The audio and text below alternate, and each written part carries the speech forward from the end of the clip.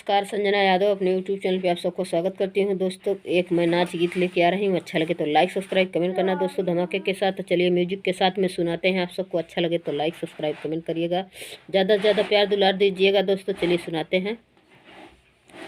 राजा मोर खोई गए नैहरवे में झूलनी, राजा मोर खोई गए नैहरवे में झूलनी। बागों में खोजली बगीचों में खोजली, बागों में खोजली बगीचों में खोजली। तबो नहीं मिलनी नैहरवे में झूलनी, राजा मोर खोई गए नैहरवे में झूलनी, राजा मोर खोई गए नैहरवे में झूलनी। कुआं पे खोजली जगतियों पे खोजली, कुआं पे खोजली जगतियों पे खोजली।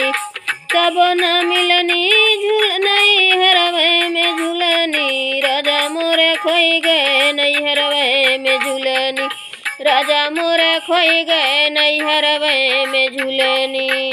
सड़कों पे खोजली पटरियों पे खोजली, सड़कों पे खोजली पटरियों पे खोजली।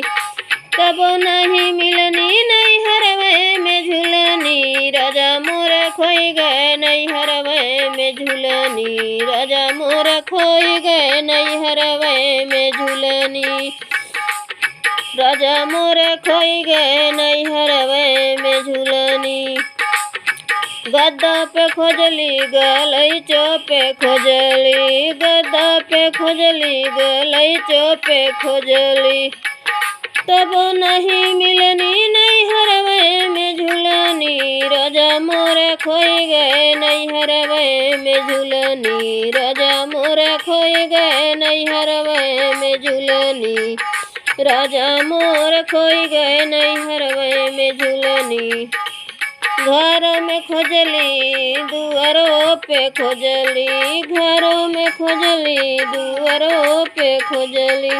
तब ना मिलनी नैहरवे में झूलनी, राजा मोर खोई गए नैहरवे में झूलनी, राजा मोर खोई गए नैहरवे में झूलनी, राजा मोर खोई गए नैहरवे में झूलनी।